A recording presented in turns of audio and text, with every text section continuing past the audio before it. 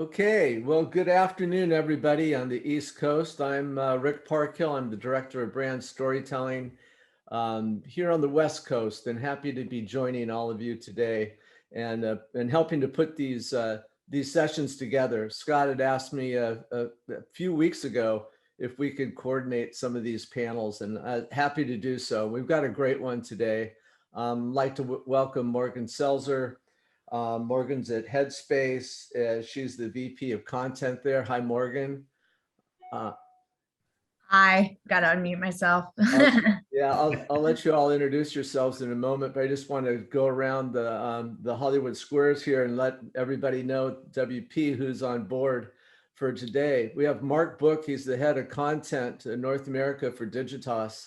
Hi, Mark. We got Brooks Thomas, who's a senior advisor at Southwest Airlines.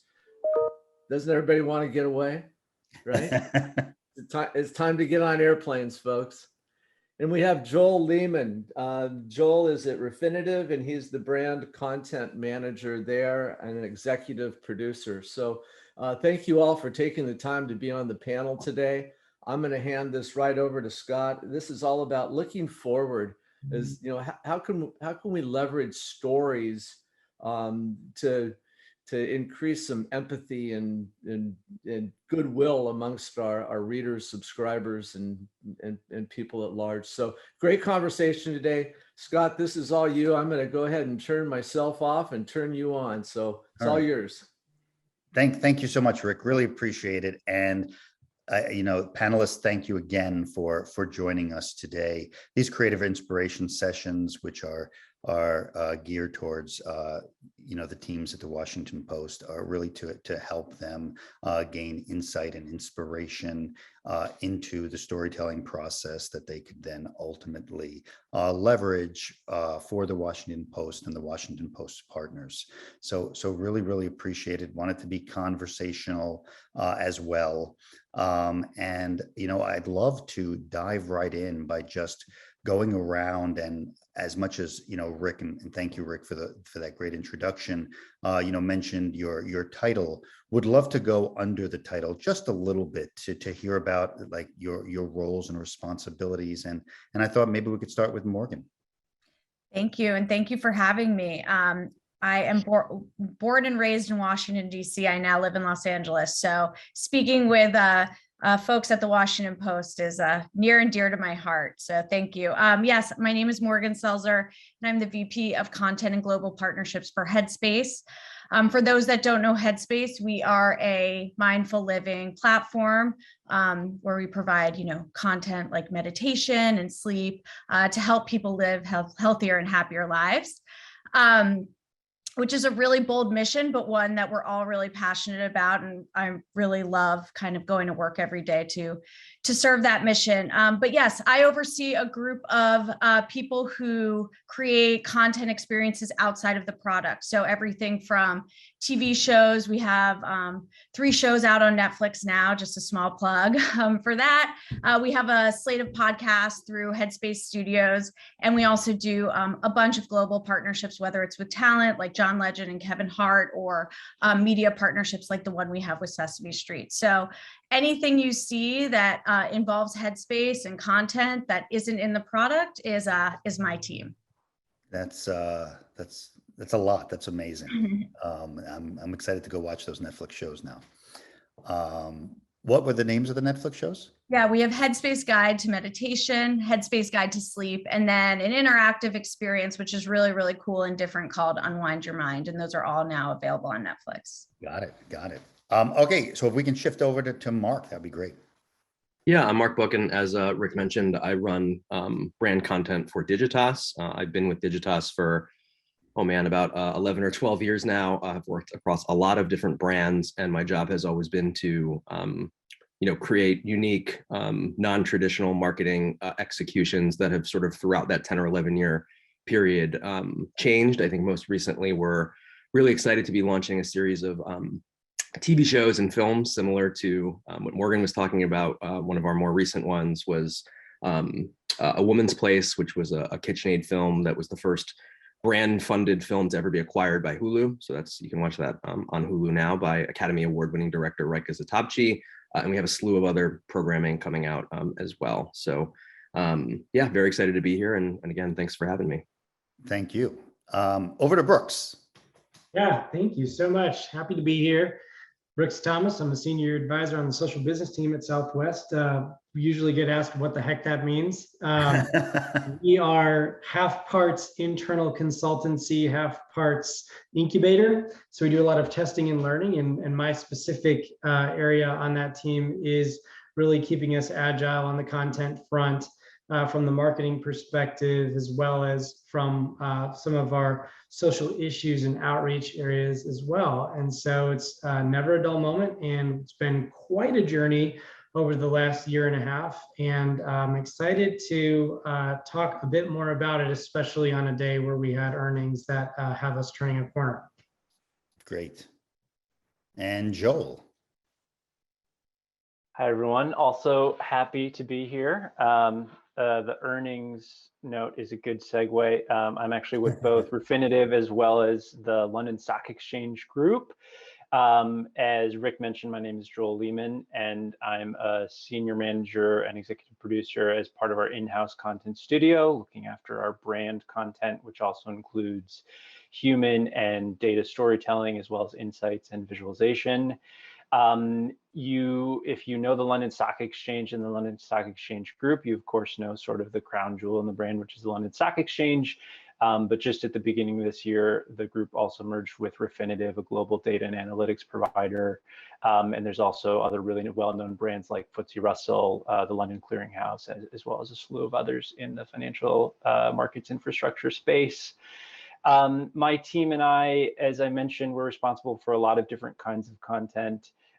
Some of the more interesting ones from a storytelling and content perspective include some of the documentaries we've done over the past couple of years around COVID-19, as well as ESG and sustainability.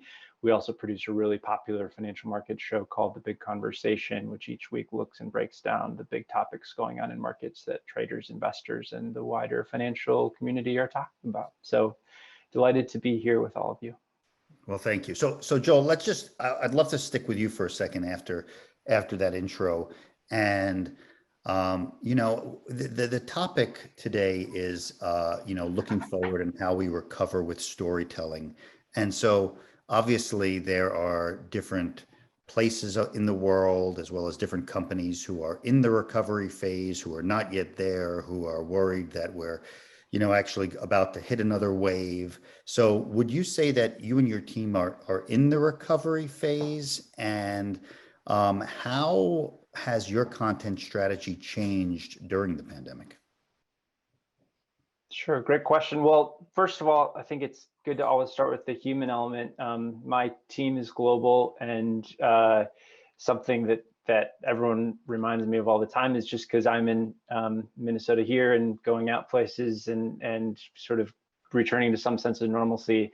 One of my teammates is in Singapore, and they're just going back into a lockdown today. And obviously each country is dealing with things differently. So I think we all know and acknowledge that side of things. As far as our business and our content goes, both companies that I've been working for over the past couple of years have been in a really strong position in terms of the majority of our revenue comes from subscription and professional information services who sort of always need that kind of information and data services, as well as we all know, financial markets have actually done really well over the past couple of years. But I do think, the pandemic has really dramatically shifted and changed what we focus on and what we do in some ways. And maybe not so much changed, but actually emphasized. My team and I are always focused on leveraging the rich sets of financial markets data that we have to help inform our customers and kind of wider financial community about what is going on. And as we all know, markets have been going crazy. And so we always sort of have a point of view on what's happening and can offer some insight for everyone on what's actually happening in the space. I guess the couple things that did change about our content strategy, as with most people, is I think really an emphasis and a doubling down on our digital strategies and presences, as well as just the kinds of things that I and my team focus on all of a sudden becoming much more important, since we didn't have a lot of those physical touch points anymore to interact with our customers. I think, listen, we are coming out of it in some ways, and just starting to focus on bringing back some of our in-person components. We're gearing up right now for COP26 and the surrounding summits happening around it later this year. And so there's a lot of excitement about that.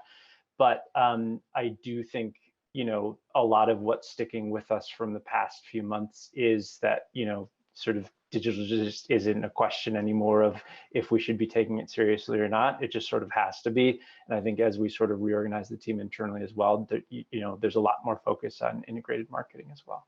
Got it. Got it. So, I'd love to also pose the same question to Morgan now.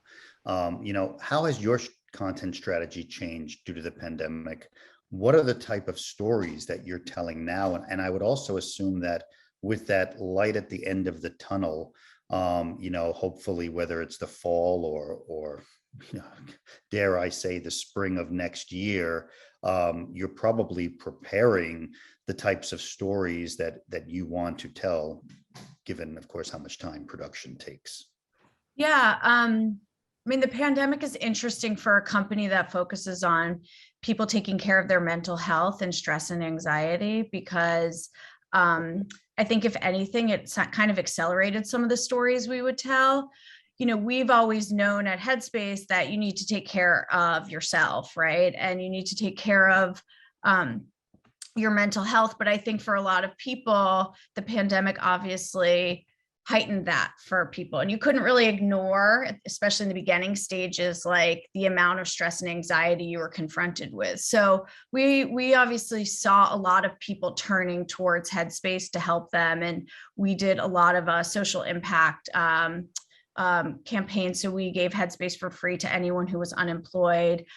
We did a partnership with the state of New York, where any resident of the state of New York got Headspace for free. We did similar to LA County Headspace for free to all healthcare workers worldwide. So we did a lot to encourage people to take care of their mental health. And I don't think our strategy really changed as much as I think more people, more outlets, partners were coming to us to say, hey, is there things we can do either for, our members or our customers or our employees to help them deal with some of the heightened stress and anxiety they were feeling. Got it. Yeah. So, they definitely, we all definitely need Headspace these days. And I think looking ahead, as we hopefully go back to kind of more of a sense of normalcy, I think it is reminding people that regardless of what's going on, like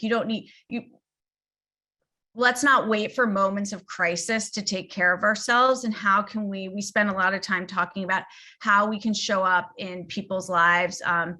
We talk a lot about meeting people where they are. So where are people already consuming content that we can show up to get people to care about either taking care of their mental health, or what are ways, in which if you might not have the time or to sit down with your eyes closed for 10 minutes, what are other things we can do to bring mindfulness into your life? So we have like a daily podcast called Radio Headspace that's been really, really successful. That's a 3 to 4 minute podcast every day. And we really encourage people to start their mornings with that. And what are other ways in which we can show up in people's daily lives where they're already consuming content, kind of meeting people where they are, to encourage them to live a happier and healthier life. You're going to hear that a lot from me, but it's the truth. we all need that. I love that. So that's great.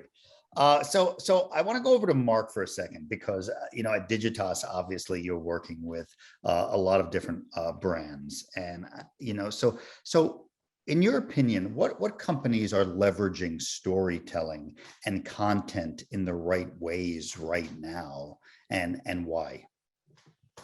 And when you say companies, are you saying brands or publishers? I'm sorry, I mean brands. Yeah. I think a lot of our brands have leveraged it in the right way, and I think everybody had to really adapt to this to kind of this new normal, and some more quickly than others. The example that I gave originally for KitchenAid, I think is a really good example of a woman's place, which essentially, had the insight that over 50% of culinary graduates are women, but less than 7% are executive chefs. And so we shot this documentary from around December through February. Like, I think literally when we got out of it, like the next day or 2 days, it was basically declared a national emergency. And so a lot of things happened with that when, we were ready for editorial to be released. Typically you go through a film festival process, right? Like that's typically how this sort of works. And we had plotted all of these film festivals that we were going to hit before we went to a streaming platform. All of them were canceled during that time. There was nothing that was available for us. So we had to do an outreach OTT strategy with Hulu and Amazon and Netflix and others before even doing any of the film festival related stuff. Actually, the first film festival that we went to was around 3 weeks ago, maybe a month ago, for the Tribeca Film Festival. So we actually ended up getting acquired first, then going through sort of the festival circuit now. So that was kind of an interesting way of going about it. I think the second thing is we recently worked with a retailer to, sort of Morgan's point. I think the idea of mental health right now is more important than ever. And we found that a lot of the people who are the primary caregivers are bearing the brunt of both work, family education, dealing with all the household chores. And so we partnered with Hello Sunshine, which is Reese Witherspoon's company. And one of the books that they have in Reese's book club, which is called Fair Play. I don't know if Morgan, you know about it. But essentially it's with Eve Rodsky, who talks all about how to create, sort of a more balanced household and how to have, more mental health time for the primary caregiver. And so for, Mother's Day in May, instead of just saying like, hey, take a 20-minute walk around the block, give mom 20 minutes or whoever the primary caregiver is, it was all about, I think longer term mental health breaks and how to deal with stress and how to sort of like have a family that kind of helps to sort of carry the load in a way.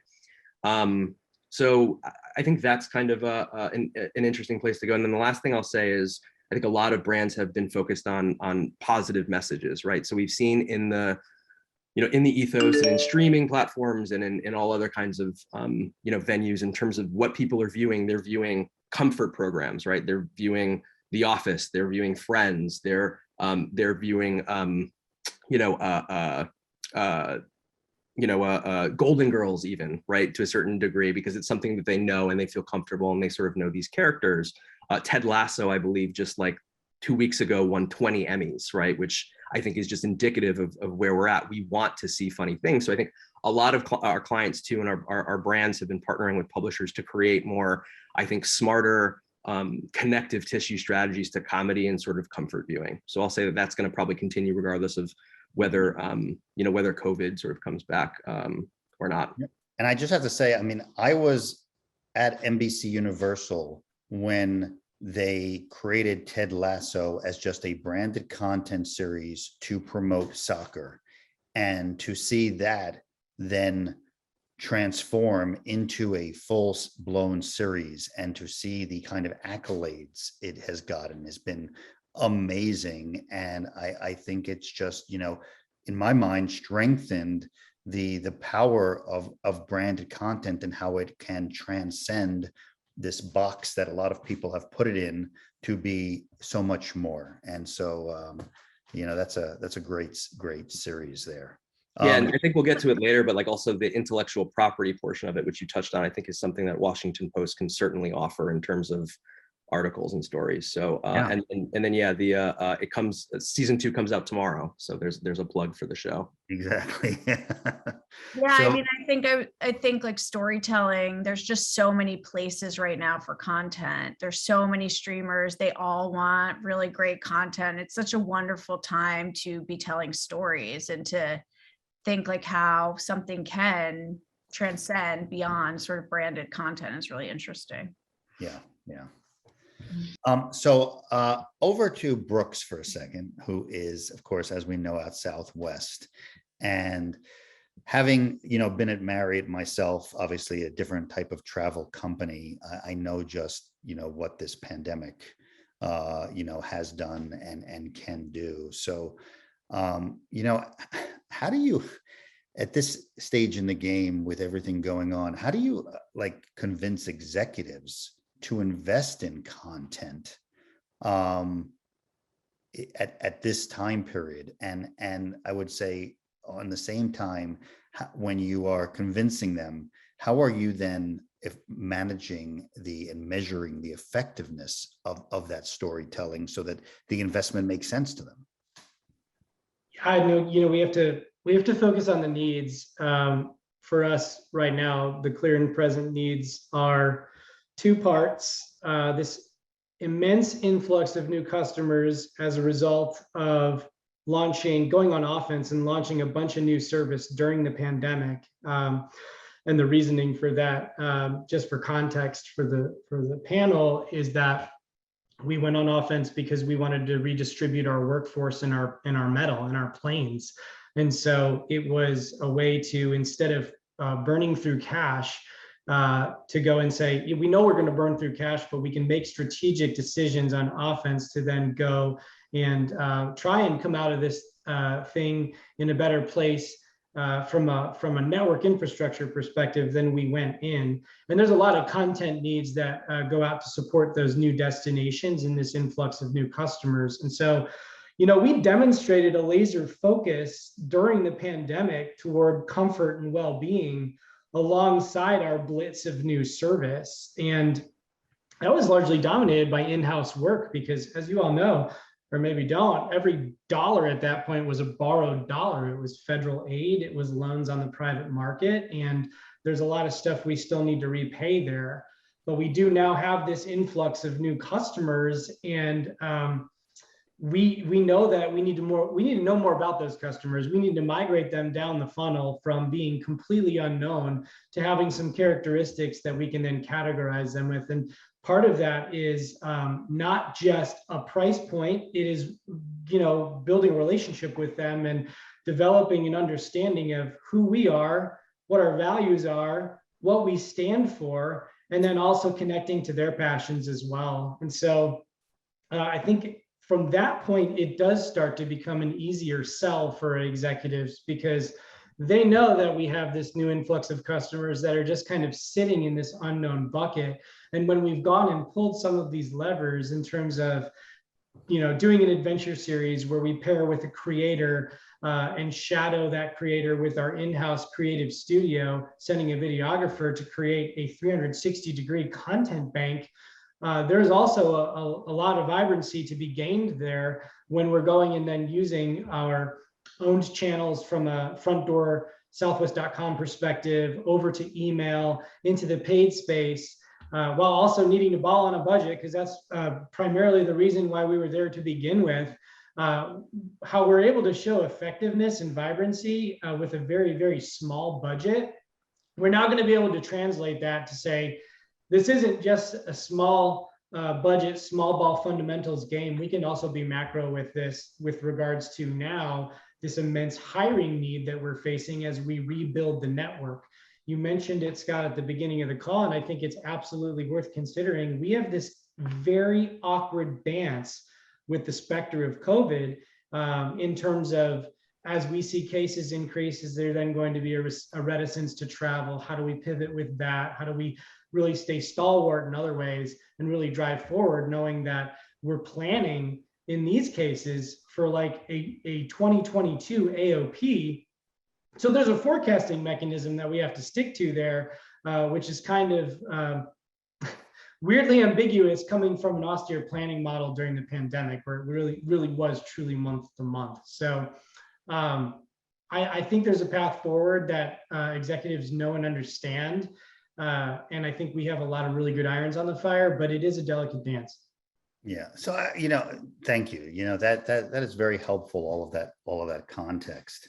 I want to actually ask the same question to Mark now, because you are on the Digitas side of things, and so I hear so much when I'm talking to different friends of mine at brands, at media companies, that the money for content is coming from PR, the money for content is coming from communications. Their content group is has a budget every year to spend on long form programming. They have to pull it out of the media buy. And so, again, like where do you see the money coming from that's being invested in the content? And how are you able to convince your clients, these brands, that that investment is worth it right now as we are, moving out of the pandemic? So I think, yeah, obviously a loaded question because we work on a lot of brands and but to me, it doesn't matter as much where the money comes from. I would say we have different ways of if it comes from more of a non-working production budget than media and sort of influence, or organic promotion comes as kind of added value, and sort of the other way, which is, I would say, the more standard way is through a media buy, right? So we're seeing a lot of the things that we're funding from a brand film perspective comes because we're working through a publisher partner or a media company.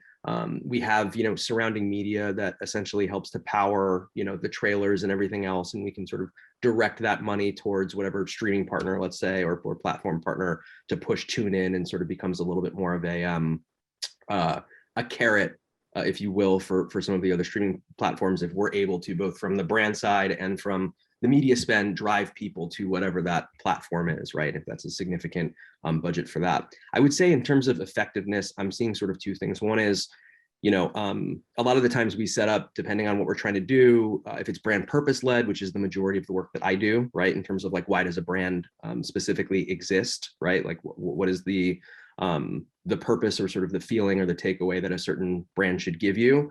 Typically that's more upper funnel, but we measure anything and everything that we can in terms of brand health metrics, right? So everything from awareness to consideration, anything that can be measured, we will measure and we will learn from that. And I think one of the things that clients at least trust about myself and hopefully about the agency is we're very transparent. If something doesn't do well, I'm not sugarcoating it. It just didn't do well. And here's what sort of our hypotheses were. Here's sort of what happened within the market. Here's how we're going to make it better next time.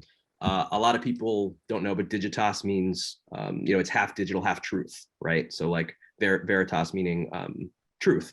And so I think that's, very important to them as well. And then I'd say the last thing is just about the longevity of the content, right? So like when we're creating things, I try not to create things that are just kind of one and dones. I create something that is viewable for multiple windows, that could play, in Hulu one time, it could play in a film festival the next month, it could play on Southwest, the month after that, and continue to sort of provide value well past sort of the window period with it. And I think clients like KitchenAid are beginning to see that it's not just about like the specific thing, it's about being able to have this to use for the next, we get rights to these things for anywhere between 4 to 10 years. So I'm seeing that longevity in terms of effectiveness is helping to keep brand health metrics high, even when maybe we have to go dark in certain months in certain markets. Got it. That is super helpful. So Joel, what are you looking for in a partner these days during the recovery? And then do you think that might shift once the pandemic is in our rearview mirror? It's a good question. I think for me, generally, what we're looking for has been the same and will continue to be the same throughout. And that's a couple of key things. I think one is just authenticity. Some partners are better than others at telling actual authentic stories and being really determined about saying what the brand and the client wants to hear versus saying we want to tell a story that's meaningful, unique, and authentic to you. So authenticity. I think the other one is someone who's just a really, really strong collaborator. And that's easy to say, but I'll give you an example of kind of why I say that and mean that. We have a kind of long-term partner that we do a lot of production with on some of the shows and documentaries that I mentioned. And when the pandemic hit and when all of a sudden, internally, as many companies went through, everybody was saying, we need to pivot, we need a COVID pivot, we need to change what we're doing. We as a team looked together and said, what can we do and what can we do rather quickly, because there's a lot of sort of momentum to launch new things quickly. And we ended up putting together a show that we ended up calling Corona Correction, and it went from idea to launch in 4 days. Right, the sign off, the budget, the new creative, the ideas, it all launched originally as a daily show, if you can believe it, because there was just a hunger for information and commentary on what was going on in markets. And I think, that would have only been possible with a really, really strong and collaborative partner who's sort of not precious about any one thing in particular, about who does what, but sort of comes in and gets to know our business as well, if not better than we do. And that's sort of the example I always come back to. It's sort of a new bar that's been set in terms of like, we as a business are always going to need to be flexible and adaptable, hopefully not in terms of a COVID pandemic, but that sort of need will always be there in terms of being able to be agile and collaborative. So those are kind of the key things I'd be usually looking for. Got it. And I would love to ask the same question to Morgan. Yeah, sorry. Do you mind just rephrasing? No, absolutely. I mean, because you have partnerships as a big part of your role. So what do you look for, in a partner now? And is that something you think is going to continue once the pandemic is in the rearview mirror? Yeah, we actually have pretty detailed and specific criteria on what we look for in a partnership. And a lot of it has to do with scale and reach, and reaching audiences that we haven't reached yet that we think would benefit from Headspace. So looking for partners that, might bring in a younger demographic or a more diverse demographic, and really identifying customer segments that we want to go after and who we can partner with that has huge scale and reach to do so. So our partnerships, just so you get a sense, are with Nike and Starbucks, and we just launched one with Dove Men Plus Care and Microsoft. So we're looking, and those obviously have massive reach and scale beyond many demographics. But I think going into 2022, we're going to be really targeted as to who we partner with, and really figure out like the audience set that we're going after and how we can tailor content together to reach those people. And I think that for us, the way our partnerships have been most successful is if there's a big content initiative as part of it. So we need to do some educating sometimes with the audiences of why you could benefit from, using Headspace. And we need to do so in a way that really sparks curiosity and inspires and guides and supports people to want to practice mindfulness. So my background is actually in television. And so that's kind of why I came aboard about 2 years ago, is to figure out how we can craft stories in a really interesting, big way to kind of spark that desire to start wanting to be more mindful. It is really exciting. So, if I can go over right now to Brooks for a second, we're along the same lines, but even drilling it down a little bit so that it is talking to the audience on this webinar right now. What is your strategy for working with publishers and digital media companies on storytelling right now? I mean, right now for us, it's looking at the more longer term work, because of the reasons I mentioned previously, is really casting a vision for the stuff. We are so painstakingly point to point. And I can point to some stuff that we've done, like with the LA Times, with podcasts for our 50th anniversary. We're working with a book publisher to come out with a book in just a bit to celebrate our 50th anniversary, which happens to be this year. Heck of a year to have it. But you know what? Best laid plans, right? So those things were in the works before, and we even had to pare them down because it was kind of like the rug got pulled. So it really is kind of forecasting for those longer term things that we just don't have the in-house resources right now to pay attention to. We had a voluntary separation program last August that impacted me personally, returning from paternity leave, where I came back wearing 20 hats. And a lot of it was just like keep the lights on type of work, which is, it's one of those exercises where if you could go and tell your younger self all the things you do differently, well, guess what? You get to do the things that your younger self did, and you now can put your money where your mouth is and take the Pepsi challenge to see if you really could do those things better. And it's kind of, there's a lot of silver lining there.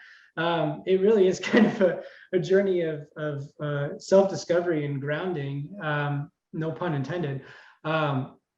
But yeah, I think in terms of working with publishers, it really is, it's always going to be about how we increase our range in terms of the audiences we're trying to access. And it really does go toward my previous point of if there are new segments that we think that there are some sparks firing in certain areas that we know we don't do well, then we'll want to work with a publisher who can access those audiences with the types of content that we maybe don't excel at, or maybe the agencies that we have in the fold, it might be a blind spot for them as well. And those are the areas that really we'll be looking to work with more. But the long-term aspect of that is probably more of a focus for us.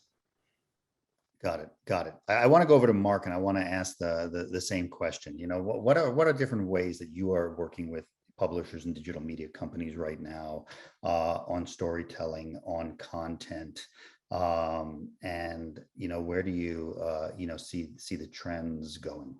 Well, to keep it on to sort of travel, we work on a few travel brands as well, and I think one of the trends that we're seeing with travel is this idea of providing value and sort of exploring the new normal, but doing it in a way in which is more safe, I think. But then also it's a little bit bulletproof in terms of making it more of a partner first, or a publisher or an influencer or creator first, and then having us power that trip, right? Or power that experience. Because, to Brooks's point, we don't want to be seen, or our brands don't want to be seen, our clients don't want to be seen as pushing people to go out too soon, and then all of a sudden you get a rise in these COVID cases. So like a few of the anywhere from like travel creators, and obviously utilization of platforms like TikTok and Instagram to sort of tell those more travel stories of like unique experiences. One partner that we've begun to work with who we really like is Atlas Obscura. I'm not sure if you're Brooks, if you're aware of them, but they're mostly known for like really unique finding wonder travel guides. And so they've done a whole sort of remit of like what has closed, what has opened, where can you go out and sort of experience those things. I kind of call them the Nat Geo for the next generation kind of company.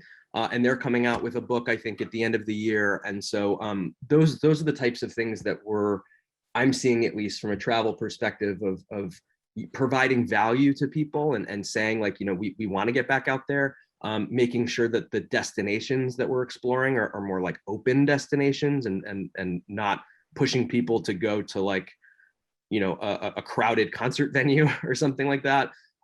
So those are kinds of some of the specific things. And then one other point I just wanted to make in terms of the brands partnering with other brands kind of thing that we talked about before is I love that, because I think it's all about sort of borrowing equity, and it's all about sort of like cross category kind of like whether it's buying into more credibility or buying into more a different space, and sort of looking at the overlap between your customer and sort of another brand's customer.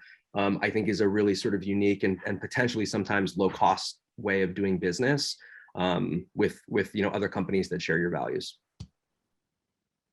I love that. I also love Atlas Obscura. A friend of mine is on the board over there and raves about the company. So. Yeah, it's a cool, and they've got a new everybody's got a series coming out, but they've got a new series coming out too from Gastro Obscura, which is their food thing that we're looking to do a partnership with them too. So many shout outs today, but I'll give them a shout out. Okay, well, I want to just dive into the Washington Post for a second. And, I know I shared this with you, but I'm going to just repeat it for the sake of everyone on the call with us today, which is So before we get into this next question, when it comes to the Washington Post has really gone through such an incredible transformation ever since Jeff Bezos bought the company. Reaching upwards of 100 million uniques each month. Over-indexing on influence. We were named one of the most innovative companies by Fast Company in 2020. I think that not only did we win a Webby for this in 2021, but also in 2020, Adweek named the Washington Post hottest on social media for what it's doing on TikTok. I mean, it's really, it's been an incredible renaissance. And I remember when I was on the brand side and I was at Marriott in DC, which is obviously the home of the Washington Post, there were so many things that I did not realize about the company, its reach, its scale, its influence, what it was doing on social, et cetera, et cetera. And we are, of course, in the process of making sure that brands, media agencies, are well aware of everything we're doing. But with all that being said, and that's just, off the top of my head, what do you think, and I'm going to ask each one of you this question, and I think we can start with Morgan. But what do you think the Washington Post will need to do better to be in your partnership consideration set now during the recovery, and even in the future? I don't know. I mean, it's a great question, and I would have to do a bigger deep dive. I think for me, and if we were to do a partnership with the Washington Post, we'd really have to figure out like the stories we would tell together that make sense, that feel first and foremost like storytelling. I think, again, going back to what's worked for us, when we do things that are useful, that provide people tools, like I'll give you an example. We partnered with Sesame Street on a digital series called Monster Meditation, where each episode is a different Muppet encountering a problem. Elmo's having trouble falling asleep, Cookie Monster wavers cookies to bake, and we lead the character through a small mindfulness exercise for kids. And talk about meeting people where we are. We purposely, even though it was a co-production, we purposely put it on Sesame's YouTube page. And the engagement we've seen is like through the roof. I think we're up to over like 40 million views. It was the most successful videos on Sesame's YouTube channel last year. It led to a book deal. We have a podcast now with Sesame Street. We just got nominated for an Emmy for that partnership. And I think where that really, it's because when you watch it, it's just a great video that's fun to watch, that kids like to watch, that parents feel good about their kids watching. And it could have been on, HBO Max. You would never know that it was like, a sort of branded partnership, if you will. So I think it's really about, for me, like figuring out those organic ways in which we can work together that makes sense for both brand, that ultimately just entertain and inspire people, not so much feel like you're, spoon feeding them sort of like an ad for whatever you're. Yeah. I mean, look, you want to be additive. You don't want to be disruptive. Exactly. And, so I totally get that. Joel, what about you? Just come to me with ideas for NFT placements. That's all. No, I'm just kidding. That's not actually my answer. So I have actually worked with Washington Post in the past. I think 2019 we did some media buys and partnerships and some native content. And I will say it was a lovely experience, and I've nothing to sort of punch up that. But I would offer a couple of things that are really important to us going forward that I would look for in any partner.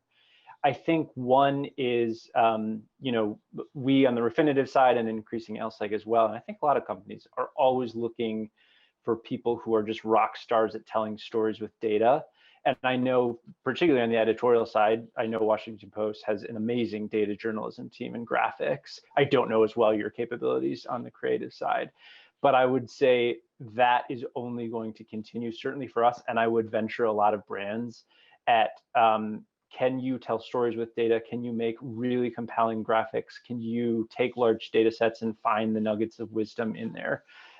Certainly for us, and like I said, I think a lot of other brands, data journalism, I think as an in-house and partner capability is only going to get to be more interesting.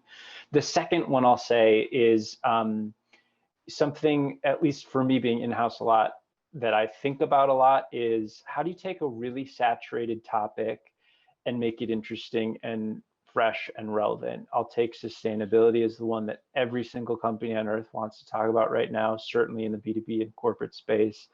And they want to talk about their ESG credentials and talk about, in my world, sustainable finance.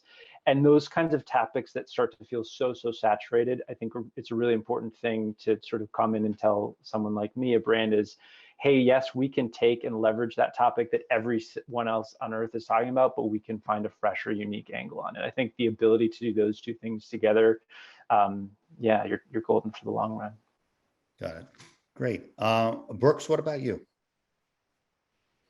I would echo what Joel said, replace the topic with travel and destination inspiration. It's a dime a dozen. How can you do it with heart? Our people are the differentiator. And from a more semantic, direct plea for you, help us hire 5,000 people by November. That would be nice across the business. We're rebuilding a network, and that is difficult. And hiring an employer brand is probably the best opportunity for us right now for working with anybody in the immediate fashion where we need a shot in the arm and budgets available. Got it. Got it. Really. And last but certainly not least, Mark. Yeah, and I think, a blend of all three, I'll say, but I'll tell a quick story. So I before I worked in the wonderful world of advertising, I worked in the wonderful world of talent management. So I was in LA. I was in the mailroom, like just like the book, The Mailroom. And then I was an assistant to one of the most amazing bosses I've ever had. And like when I first got onto his desk, which is sort of what you do, you go from the mailroom to assistant, then coordinator, and then a manager. He's like, the two most important letters I'll tell you in this business is IP, intellectual property, right? And so he went on to go produce the Magic Mike series, and now he has a lot of money, and I think he's retired. But I took that, kind of along with me, and I think the Washington Post is the only, I'm not just saying this, it's the only, digital publisher that I subscribe to. You guys have amazing stories. You guys have amazing IPs. And I think that idea of either, proactively, sourcing some of that IP to go out to different categories or different brands or whatever it is. I have quarterly meetings that are 30 minutes with certain publishers and partners who they just bring me, a partner slate. Right. And I think that's something that you all could easily do of like, here's some of the IP that we want to, to make into X thing, or we think it would be great for here. You've also got the larger, Bezos plus relationship that you can distribute to these things. So like, to me, there's so many tentacles and so many opportunities. Like I'd love to, again, quarterly basis, meet with a few folks who just have a slate of here's the things that we kind of want to bring to life. And here's kind of the thing that how we want to do it. And then the last thing, I think, when I'm reviewing RFPs or I'm reviewing proactive opportunities, I always think about like, what are the things in which, what like makes it watchable, what makes it different? So like, I usually give the example of like Hot Ones, the show that,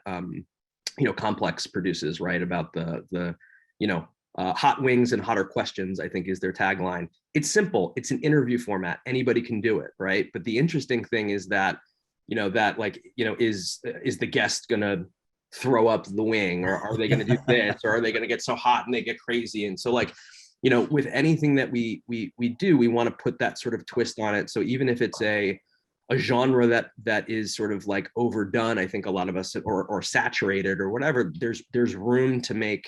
I don't want to make derivative content. Like I don't want to do like Top Chef seniors or something, but like I do want to do something that's that's different, but interesting and has a formula that works, but is, has a potential to unlock a larger audience because it has that thing. So I look for that thing a lot. Got it. So we will not do Top Chefs in DC. That's off the list of things we will bring you. I think, we only have a few more minutes left. And first of all, I mean, this conversation has been fantastic. I would love for each one of you to, one, like, what is, when you think about one of the greatest stories or pieces of content that you've seen over the last 15 months? Is there something that comes to mind that you didn't work on? As well as, is there any advice that you would give to the brand storytellers who are watching this webinar right now? So I'm gonna be slow to pick just to give you some time to think about what your answer could be. Yeah, I'm ready. I'm freaking ready. Oh, Brooks is ready. Go for I it. was like, I got this locked and loaded. All right, good, awesome. And I'm gonna love on a brand storytelling person, Brendan Gall and the UM crew. Dear Santa, 5B made me cry when we watched it. I'm not averse to telling everybody that I cried like a baby during moments of that. And Dear Santa as well, because that work was preceding the pandemic, but it just took on such a different feel because of when it was released. And man, if I didn't get really emotional, but I was also approaching fatherhood. So there was a lot of things that were going on. Or no, I was already a father at that point. But to your other question in terms of advice and things, across the landscape, there's a common theme that's, at least in the airline industry, maybe more than others, more prevalent in hospitality, is that there's this like theme of transformation and a corporate reset and like how we can all evolve. And, I'm largely invigorated by that, but, it has a lot of opportunity. And I definitely think there's so many opportunities to like redefine who you're going to be, especially in our first 50 years. What do the next 50 look like, and all of that? And you should be progressive, certainly in your thinking, and more convicted in your values, but also be mindful of like what that means in terms of what you're no longer going to be and the things that you're leaving behind. And if you move away from a thing you were good at, are you opening yourself up for the competitor to move in and be good at that thing instead?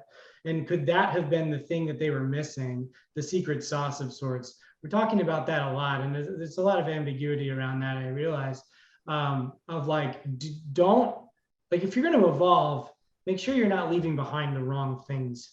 And I think that's a very values-driven thing. Being vulnerable, I think, is a superpower right now. Has been for quite some time. But yeah, I think that's the advice that we're trying to force ourselves to take. I think is valuable for everybody else. Thank you for that. Morgan, what about you? So in terms of content done by a brand, I think I actually really enjoyed the Trader Joe's podcast. I loved it. I thought it was happy and fun and evoked the mood of those stores and just like all the lore that went around with it. And I thought it was really well done. And I ended up listening to a bunch of those. So well done to whoever made that. But and I think kind of moving forward, the way I kind of alluded to this a couple times, but the way you think about content, like there's a lot of content out there, and there's a lot of eyeballs, and those eyeballs are not, or earbuds are not listening to differentiating between, for an hour a day I'm going to watch movies, and for an hour a day I'm going to watch a scripted drama, and for an hour a day I'm going to go watch this brand's X, Y, and Z. It's just content. And so it's really about how you're competing not just with like brands, but you're competing with movies and all these other things. So how can you elevate your storytelling to break through the clutter and really differentiate yourself? Got it. Joel? See if I know how to press the mute button. So as far as just like content that has left a mark on me, I hope you'll forgive me for mentioning a competitor, but I have to call it the 1619 Project from New York Times Magazine. I'm like a huge print magazine nerd, and I think as far as starting conversations at reframing narratives, that's like just one of the biggest things that's left an impact on me in the past couple of years. So my hat's off to that project. As far as advice, yeah, I mean, I think we'll all know this quote, but it's one that just always sticks with me and is sort of my North Star, but is that those who tell the stories rule the world, right? And I think just always sort of remembering that the power of words and the power of stories right, can literally, not only sell more of whatever, but can also inspire a new generation, can topple governments, can start movements. Just to remember that, like, we all, as storytellers and people who have the opportunity to communicate to others, have a really, really amazing and great responsibility. And I think so much comes with that.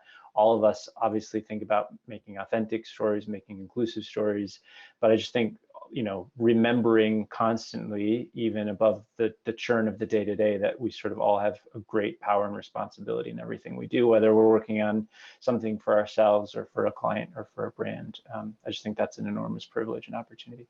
That's great. Thanks, Joel. And Mark. I think I typically look up to P&G. I'd like to be on the same level at them. It's hopefully at some point in the near future, but I'd say, one from the distant past that they did for Words Matter, which was also screened at Brand Storytelling a few years back, which inspired the Woman's Place work, was one that I've always sort of held dear. And then the other one, which was most recent that I saw at the Tribeca Film Festival just a few weeks ago, was P&G was the 846 initiative they did, which was the George Floyd, BIPOC Black storytelling that essentially told stories of hope and inspiration in the 8 minutes and 46 seconds that the George Floyd murder happened. And so that I thought was, they had 4 different films, and I thought it was just Mark Pritchard did a very good job of curating those. So I just continue to, think that P&G is a great brand advocate and a great leader within the brand purpose space. Yeah. Yeah. And any advice? No, I think the intellectual property stories rule the day, and let's all make some more, Awesome. Well, I know from all of us at Washington Post, I really appreciate it. It looks like we are at time, and I'm turning it over to Rick.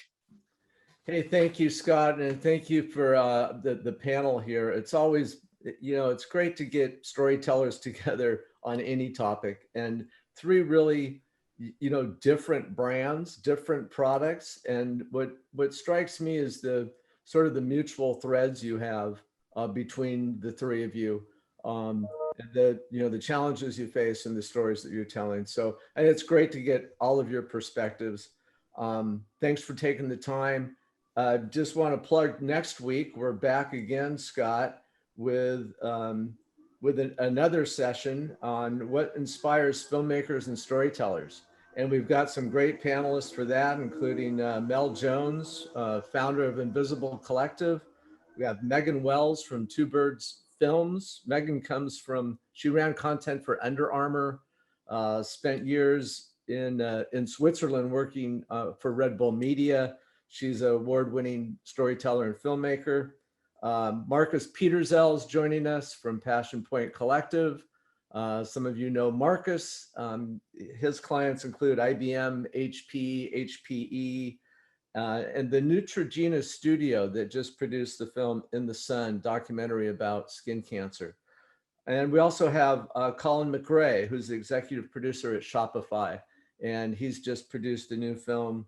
It's been out for a couple months, I guess, called Own the Room, that you can see on Disney Plus right now. So another great panel next week, and more is coming. So thanks, everybody.